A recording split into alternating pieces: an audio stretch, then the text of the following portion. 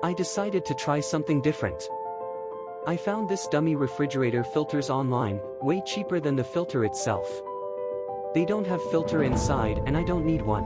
Opening the packaging was a bit of a challenge. It felt like sealed like one piece. But I got it. The inside is hollow. Now I am going to take off the existing filter and replace with this dummy filter.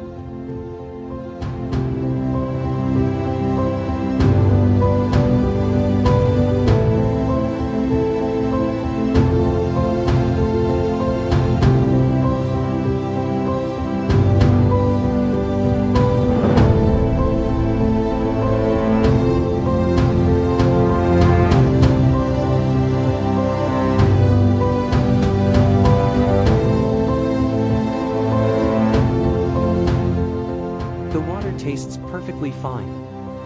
I've been using this filter for a few weeks now, and I haven't noticed any difference in the taste or quality of the water.